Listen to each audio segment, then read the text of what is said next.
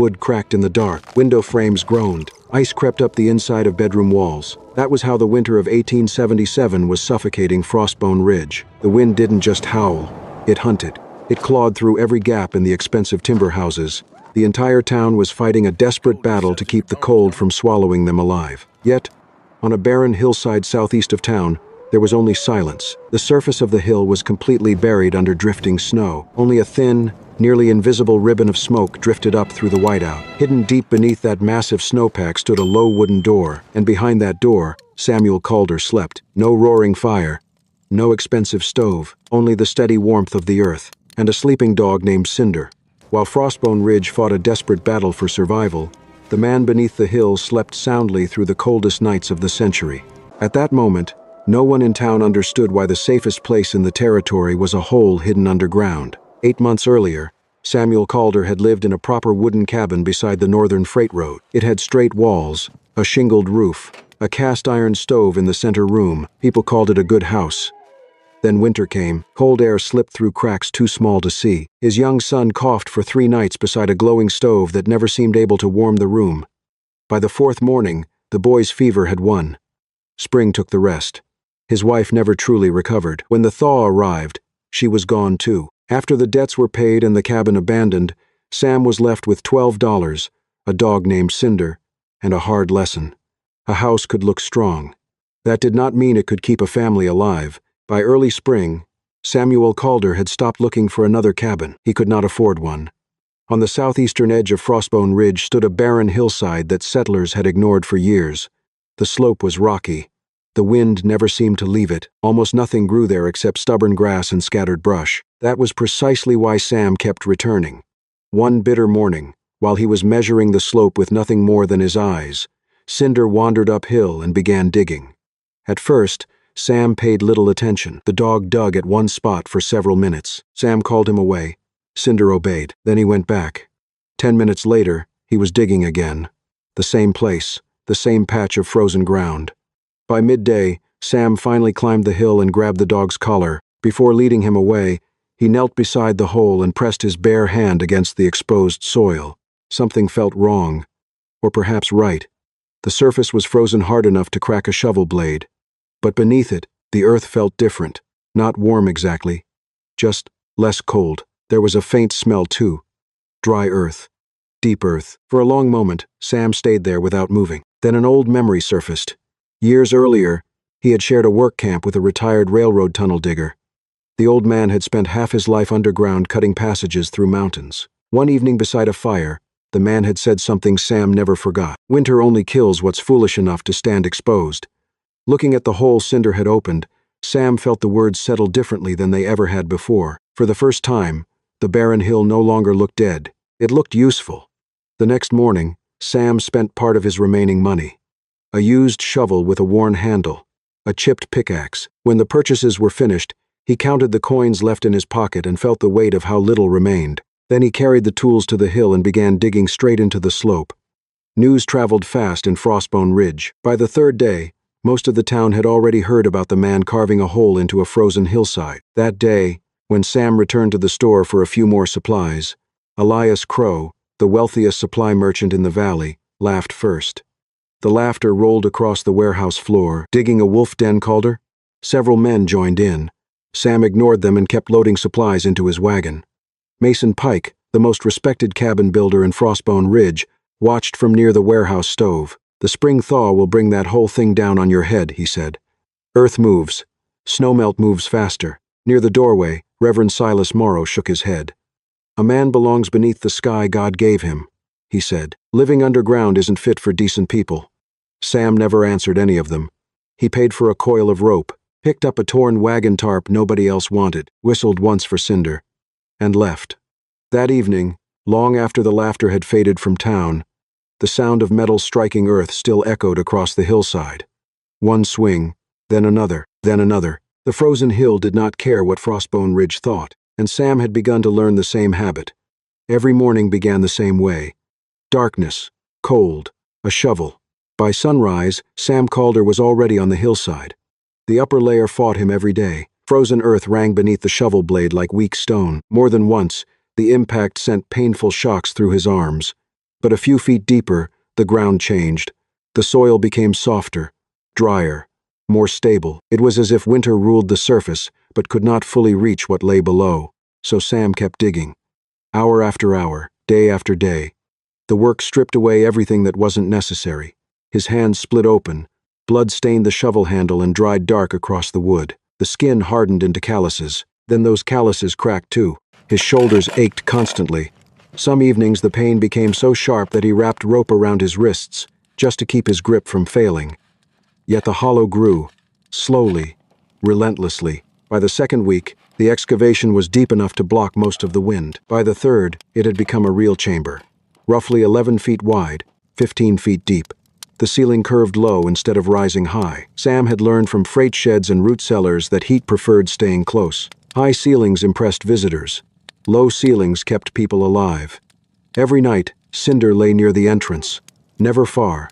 Sometimes the dog lifted his head at distant sounds carried across the prairie. Other times he simply watched the darkness beyond the opening while Sam worked by lantern light. The hill remained silent. The town remained skeptical. Neither changed his routine. Then one evening, as the sun disappeared behind the western ridges, Sam stepped inside the unfinished chamber and stopped. For the first time, the wind could not reach him. Outside, the prairie air still howled across Frostbone Ridge. Inside, there was only stillness. Only earth. Only silence. He stood there for several long seconds, listening to nothing at all. And after months of carrying loss from one day into the next, that silence felt almost like shelter. Near the end of the fourth week, Mason Pike appeared at the hillside with a small wagon of scrap lumber. Not enough to build a cabin. Enough to build a shack. Enough to keep a man off the ground. At least, that was how Mason saw it. He dropped the boards beside the entrance and studied the growing chamber carved into the hill. "You're making a mistake, Calder." Sam rested both hands on the shovel handle but said nothing. Mason pointed toward the ceiling. "Earth collapses. Then toward the damp soil near the entrance. Moisture gets into everything. Then toward the prairie where winter clouds were gathering far beyond the horizon. And when snow piles up, that roof's carrying the weight. The concerns were real. That was what made them dangerous." Mason wasn't laughing. He was speaking from a lifetime of building. For a moment, Sam simply listened. Then his eyes settled on something small. A thin stream of cold air was slipping through the front of Mason's heavy coat. The fabric moved slightly each time the wind gusted. Sam nodded toward it. "Do you sleep well in that?" Mason frowned. "In what?" "The wind." For several seconds, neither man spoke. The breeze continued moving through the tiny opening in the coat. Almost invisible, yet impossible to stop once it found a way inside. Mason looked away first. The old builder left the lumber behind and walked back toward town. He still believed the hill would fail, but as he crossed the frozen prairie, he found himself thinking about something he had never paid much attention to before. Not temperature, movement, because wood could stop cold. Sometimes. But stopping moving air was a different battle entirely. The first real problem arrived with the season's first cold rain. For nearly 2 days, gray clouds hung over Frostbone Ridge. The rain never fell hard, it simply lingered. Slow, steady, relentless. At first, Sam thought little of it. Then one evening, a drop of water struck the back of his hand. A few minutes later, another. He looked up. Tiny beads of moisture had begun forming along parts of the ceiling. By morning, the sleeping corner felt damp. The air carried a heavier smell. Wet earth, stale earth. Something had changed. That night, Cinder noticed it first. For weeks, the dog had slept near the rear wall where the temperature stayed most stable. Now he moved. Without hesitation, he carried himself closer to the entrance and curled up beside the doorway. Sam watched quietly. He trusted observations more than opinions, and Cinder rarely changed habits without a reason. The next day, he spent hours studying the problem. He followed the moisture marks across the ceiling. He watched where the water traveled. He knelt outside and examined the slope above the chamber. By afternoon, the answer became clear. Rainwater was collecting near the entrance before slowly finding paths through the surrounding soil. So he went back to work. He dug a drainage trench around the mouth of the cave, then another channel leading downhill. After that, he hauled dry basalt stones from a nearby ridge and built a raised sleeping platform above the damp ground. The labor cost him 3 more exhausting days. But the change was immediate. The floor stayed dry. The air felt cleaner. That evening, Sam rested a hand on the newly laid basalt. For a long moment, he said nothing. The cave had not failed. It had simply revealed a lesson, and like every lesson nature offered, it demanded to be earned before it could be understood. Near the end of October, Sam turned his attention from digging to heat. Shelter alone would not survive a Dakota winter. The shelter had to hold warmth after the fire died. That was the harder problem. One afternoon, he spent nearly 3 hours searching through a rusted scrapyard beyond the freight road. Most of the metal was useless. Broken wagon parts, bent barrels, twisted stove sections. Then he found what he needed: a cracked cast-iron kettle, an abandoned stovepipe, and enough scrap metal to improvise a small heating system. Back at the hill, Sam dug a shallow pit beneath the future stove location. Into it he packed black basalt stones mixed with dry gravel. The stones were dense, heavy, and slow to cool. He had no name for thermal mass. He only knew what experience had taught him. Some materials gave heat quickly, others kept it. He trusted the second kind. Next, he lowered the floor near the entrance several inches below the sleeping area. Cold air was heavier than warm air. If it entered, he wanted it settling where nobody slept. Behind the door, he hung 2 worn horse blankets salvaged from a freight camp. One barrier stopped wind. 2 barriers trapped warmth. Cinder immediately claimed the spot beside the basalt bed as his own. That night, Sam lit a small fire and waited. Hours later, the flames finally died. The chamber darkened. Silence returned. Yet when he placed his hand on the basalt stones, they were still warm, not hot, not glowing, just quietly holding what the fire had left behind. For the first time, Sam felt something he had not allowed himself to feel in many months: possibility. A few days later, Clara Morrow, the minister's wife and one of the most influential women in town, arrived at the hillside with 2 women from the church. They carried a loaf of bread, an old wool blanket, and expressions that mixed concern with disapproval. Clara studied the low entrance for several seconds. "No man keeps his dignity living underground," she finally said. "People weren't meant to live like burrowing animals." Sam looked at her, then stepped aside. "You can come see it." None of them moved. The dark, low entrance and Cinder's quiet, unblinking stare made them hesitate. Then Clara shook her head. "No, that won't be necessary." A few minutes later they walked back toward town. Sam watched them disappear across the prairie. Then he lowered the horse blankets, sealing the evening wind outside once more. He didn't care about the town's mockery, because he knew the real, unforgiving judge was already on its way. The autumn that followed was almost beautiful enough to be trusted. That alone made old Rafe Bell suspicious. The retired trapper had spent too many years reading weather written across the land itself. He noticed things other people ignored. Crows flew lower than usual. Rabbits abandoned exposed burrows weeks earlier than normal. Thin ice began appearing along water troughs before sunset. Even the dogs around Frostbone Ridge seemed restless. They slept lightly. They woke often. "Something's coming," Rafe said one morning outside the feed store. Most people shrugged and returned to their business. Sam did not. Every spare hour became preparation. He stacked dry cow chips beneath a tarp. He gathered sagebrush roots from the prairie. He cut and stored low willow branches wherever he could find them. The growing fuel pile looked unimpressive. That was exactly why he liked it. Winter rarely cared how impressive something looked. Then another problem appeared. One windy evening, while testing the stove, Sam noticed the draft changing unexpectedly. Most of the smoke rose cleanly through the pipe. Most of it. But when the wind shifted direction, part of the smoke seemed to hesitate. For a moment, it paused. Then it was pushed back down, not much, just a little. But that made it worse. Small problems had a habit of becoming death sentences in winter. Long after midnight, Sam sat awake beside the dying fire. Outside, the wind hissed across the hillside. Inside, he listened closely, as faint wisps of smoke were occasionally forced to reverse direction inside the pipe. The shelter was better than it had been a month earlier, but it still wasn't truly ready, and somewhere beyond the dark horizon, the real winter was already on its way. Then one night, that lingering fear became a real danger. A sudden gust struck the hillside. The draft reversed. Smoke rolled back through the pipe and spread across the chamber ceiling.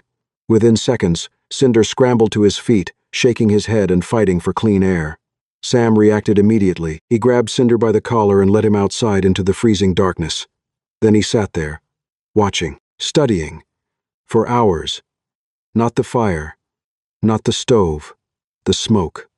By dawn, he understood what the wind was doing.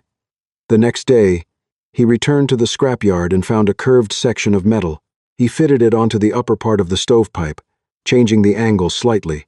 Then he stacked a low wall of stone several feet away to break the strongest crosswinds before they reached the chimney. That evening, he tested the system again.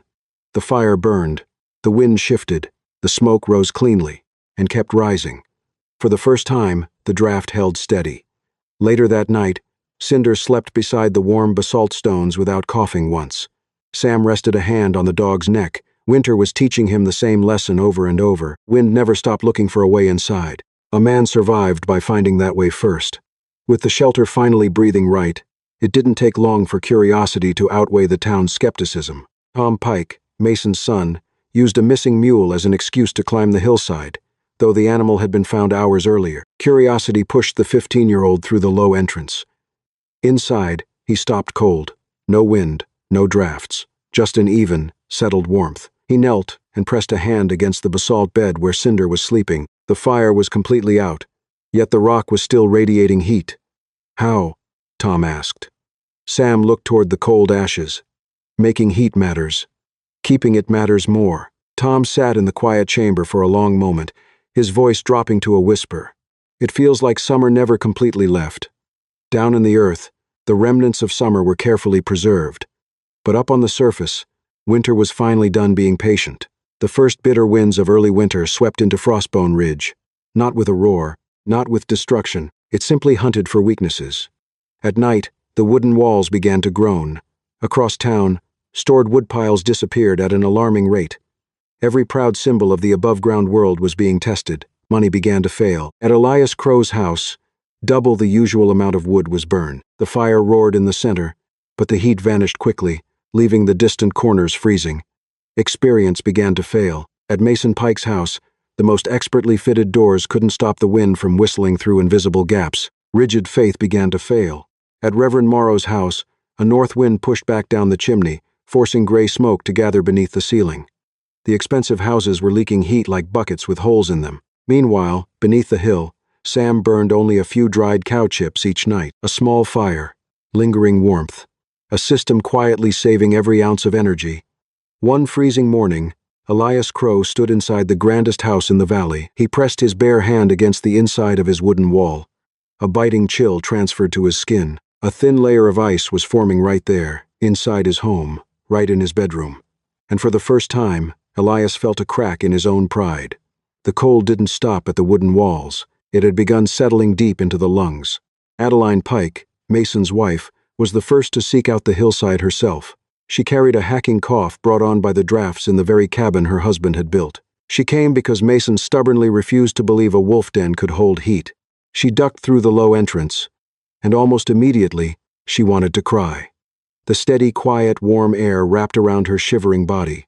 Her cough eased after only a few breaths. Adeline sat down on the lowered floor, next to the basalt stones that still radiated heat. Cinder walked over and gently rested his shaggy head on her leg. Sam stood quietly nearby, offering no boasts. She looked at the plastered earth walls, the wind-blocking blankets, the stones. "This place doesn't fight winter," she said, her voice cracking with relief. "It refuses to let winter inside." Mason might have been the expert on wood, but right then, Adeline knew her husband was wrong. For the first time after weeks of sleepless, freezing nights, she closed her eyes, leaned against the earthen wall, and truly rested. December 18th, 1877, arrived wearing the kind of beauty that made experienced men nervous. The morning sky carried a strange yellow-gray color. Across Frostbone Ridge, the wind vanished, completely. No rattling shutters, no movement in the grass. The silence felt heavier than noise. Old Rafe Bell noticed it immediately. The old trapper spent the morning securing every shutter on his cabin. When a neighbor asked what he was expecting, Rafe looked toward the horizon and answered without humor, "This cold's going to bite through bone." Meanwhile, Cinder refused to settle down. The dog paced constantly, from the entrance, to the rear wall, back to the entrance again. Every few minutes he stopped, listening to something nobody else could hear. Sam watched without interrupting. Animals often noticed danger before men did. By noon, even the birds had disappeared. The sky darkened another shade. Still no wind, still no snow, only waiting. Then the first gust arrived, hard enough to throw loose powder across the hillside. Another followed. Then another. Within an hour, The prairie had vanished behind moving curtains of white. Snow no longer drifted downward. It traveled sideways. Fast. Violent.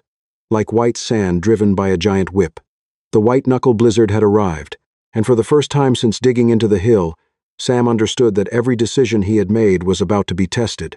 As daylight faded, Cinder stopped pacing. The dog walked to the entrance and scratched lightly at the earth beside the doorway.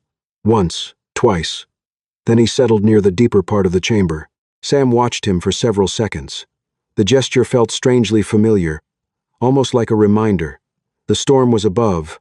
The answer was below. The first night of the white-knuckle blizzard didn't just expose weaknesses, it crushed them. Above ground, the battle was no longer about staying comfortable. It was about staying alive. Elias Crow's pride had entirely given way to terror. The wind howled so violently that the shifting wooden beams sounded like snapping bones. Every frantic attempt to stuff more fuel into the stove was useless. The heat was swallowed instantly. At the Pike house, Adeline's cough had turned into a suffocating rattle. Mason's expertly built cabin now felt like an ice cage trapping them inside. But the true peak of desperation was at Reverend Morrow's house. The children's crying had long since faded into a terrifying lethargy. Clara Morrow held her youngest daughter practically against the glowing stove, yet it wasn't enough to fight off the freezing drafts. When she frantically pulled back the edge of the blanket, her heart stopped. The tips of the little girl's toes had turned pale blue. Death had crossed the threshold. Meanwhile, beneath the frozen hill, the cave remained perfectly still. No screaming wind. No panic. The temperature hovered steadily near 55 degrees. The basalt stones continued to radiate warmth from the earlier fire. Sam fed the stove only twice that night, no more. Cinder slept soundly beside the thermal bed, his breathing slow and peaceful. In the quiet darkness, Sam rested his hand on the warm stone platform, and despite the worst storm of the decade raging overhead, he found himself remembering another winter. Another small hand, one that had grown cold beside a stove that burned all night inside a proper house. By the third night, the line of human endurance finally snapped. Inside his freezing cabin, Mason Pike frantically rubbed Adeline's icy hands. He stared at the dead stove and choked out the words he had resisted for months. Sam Calder was right. The admission tasted bitter, but it was the truth. Across town, Elias Crow stood motionless in the dark of the largest house in the valley. The last piece of firewood was gone. For the first time in his life, the wealthy merchant realized his mansion wasn't a fortress. It was an expensive wooden box waiting to become a tomb. Pride was dead. Money, experience, and prayers were now as useless as the snow outside. In their darkest hour, the minds of Frostbone Ridge all turned to the same place. They remembered the thin, peaceful ribbon of smoke rising from the barren hill. They remembered the man with $12 and a dog, and they knew, if they wanted their families to survive the night, there was only one choice left. The storm weakened only briefly. A few precious hours. No more. For the first time in days, shapes could be seen beyond the blowing snow. That was enough. 3 separate groups left Frostbone Ridge and climbed toward the hillside. Elias Crow carried his young grandson in his arms. Mason Pike supported Adeline with one hand while fighting the wind with the other. Reverend Morrow walked behind them, holding a child wrapped tightly in blankets against his chest. No one spoke much. The climb took more strength than it should have. Snow reached their knees in places. The cold cut through layers of wool and leather. Above them, a thin ribbon of smoke drifted into the gray sky. They followed it. At last, they reached the low entrance they had mocked for months. The wolf den. The burrow. The hole in the ground. Now it stood between them and disaster. Cinder sat beside the doorway, silent, watching. Seconds stretched in the cold air. At last, Elias stepped forward.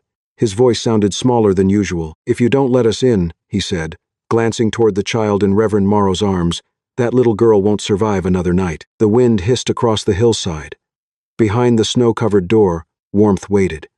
And every person standing there knew it. Sam Calder could have refused. The memory was still there. The laughter inside the warehouse. The jokes about wolf dens. Every word had survived the storm just as clearly as the people standing outside his door. For a few seconds, nobody moved.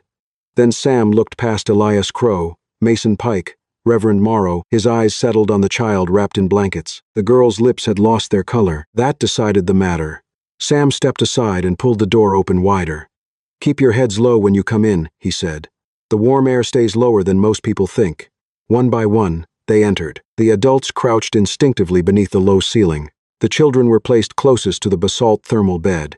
The sick sat nearest the remaining warmth. The stronger men settled along the outer edges.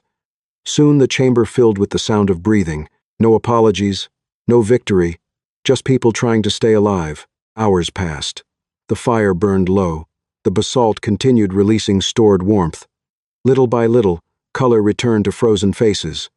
Then Clara Morrow looked down at the child resting against her shoulder. The girl flexed her toes beneath the blankets. For the first time in days, a small movement, barely noticeable. Yet Clara saw it immediately. So did everyone else. She lowered her head and closed her eyes. No words came out. Only tears. For 4 nights, the cave became a world of its own. Outside, the white-knuckle blizzard continued battering Frostbone Ridge. Inside, life settled into a rhythm. Sam rose at nearly the same hours each day.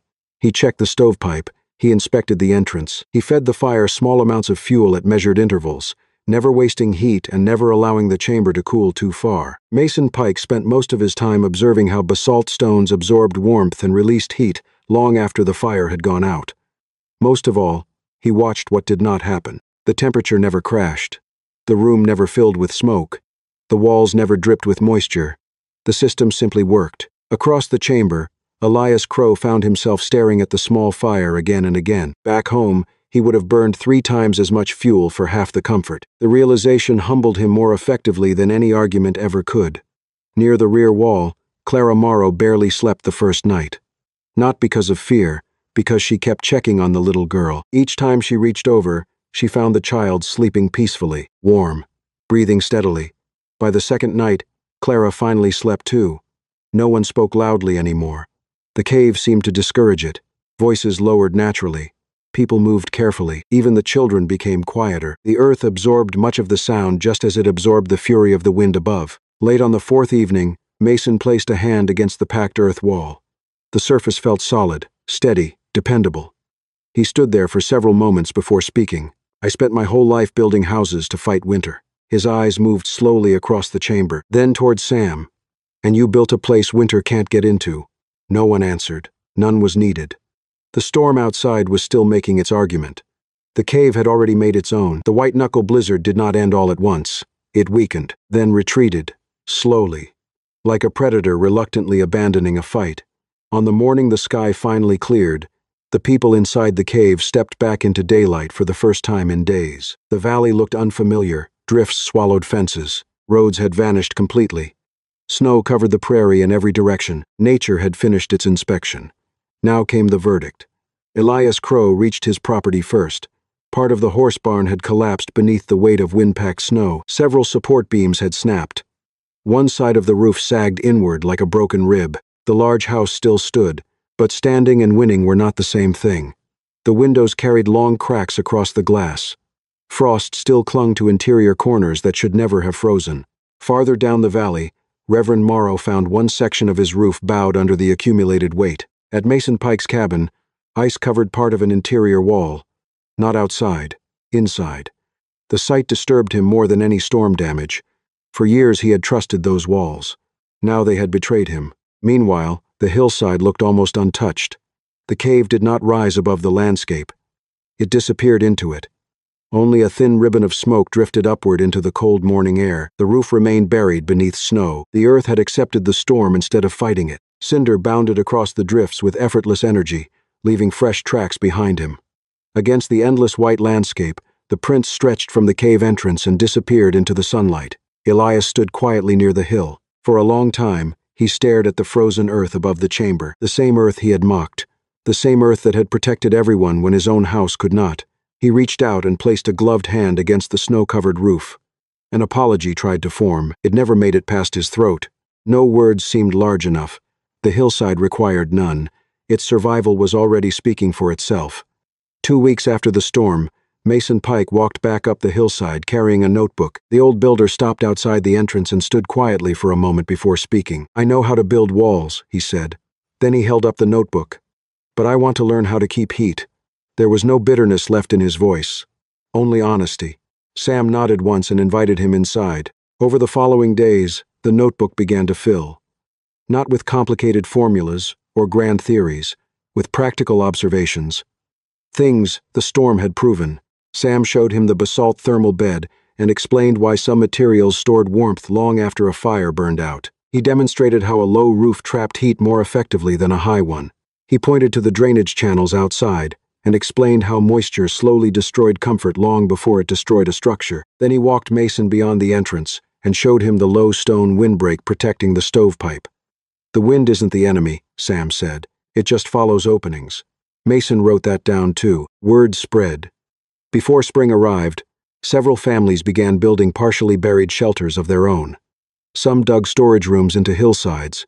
Others added earth berms against exposed walls. A few copied Sam's drainage trenches almost exactly. The changes looked small at first, but they marked the beginning of something larger. Frostbone Ridge was no longer building against winter the same way it always had. It was learning from it. Late one afternoon, Mason sat outside the cave reviewing his notes. He turned to the first page and read the opening sentence he had written weeks earlier. Then he underlined it. Once. Slowly. The words had become more valuable than any blueprint he had ever owned. Wind always finds a path. Don't give it one. Many years passed. The hill remained. So did the lessons buried inside it. By then, Frostbone Ridge looked different than it once had. Here and there, green earth-covered roofs appeared along the valley. Some shelters were built into slopes. Others used bermed walls and buried storage rooms. Drainage trenches became common. Windbreaks appeared beside cabins that had once stood exposed. Winter still came every year, but it no longer collected lives the way it once had. Children grew up knowing things their parents had learned too late, and much of that knowledge could be traced back to a quiet man and a hillside nobody wanted. Sam Calder grew old there. So did Cinder. The dog that had once clawed through frozen soil eventually moved more slowly. The gray around his muzzle spread year after year. His walks became shorter. His naps became longer. Yet whenever snow covered the valley, Cinder still liked resting near the entrance where everything had begun. One winter morning, he did not wake up. There was no struggle, no suffering, only stillness, the same kind of stillness that had filled the cave on the first evening Sam discovered the wind could no longer reach him. That afternoon, Sam carried the old dog outside. The ground near the entrance was frozen, but not as deeply as the surrounding prairie. He dug there anyway. The place felt right. Years earlier, Cinder's paws had scratched at that exact hillside while everyone else saw nothing but frozen dirt. Sam buried him where the first hole had appeared, where the story had started. The seasons continued moving forward. Children who had not even been born during the white-knuckle blizzard eventually played on the grassy roof above the cave. They ran across it without realizing they were standing on one of the most important shelters in the valley's history. Sometimes they asked why the hill had a door. Older residents always smiled before answering. By then, the story belonged to the community as much as it belonged to Sam. On cold evenings, people still noticed the same thin ribbon of smoke rising into the winter sky. A small thing, easy to miss, yet somehow reassuring. Late in his life, Sam often sat outside the entrance watching that smoke drift upward. The years had taught him something important. The earth had never promised safety. The wind had never promised mercy. Winter had never promised fairness. Nature made no bargains. It offered no special treatment. What it offered instead were rules. Simple rules. Unchanging rules. The people who learned them survived. The people who ignored them paid the price. One snowy evening, Sam placed a weathered hand on the patch of ground where Cinder rested. The valley was quiet. The smoke drifted upward. The hill stood exactly where it always had. For a long moment, he said nothing. Then a faint smile touched his face. "You heard the warmth before I did." The wind moved softly across Frostbone Ridge. The earth kept its silence, and beneath the old hill, the lesson remained exactly where it had always been, waiting for the next person willing to listen.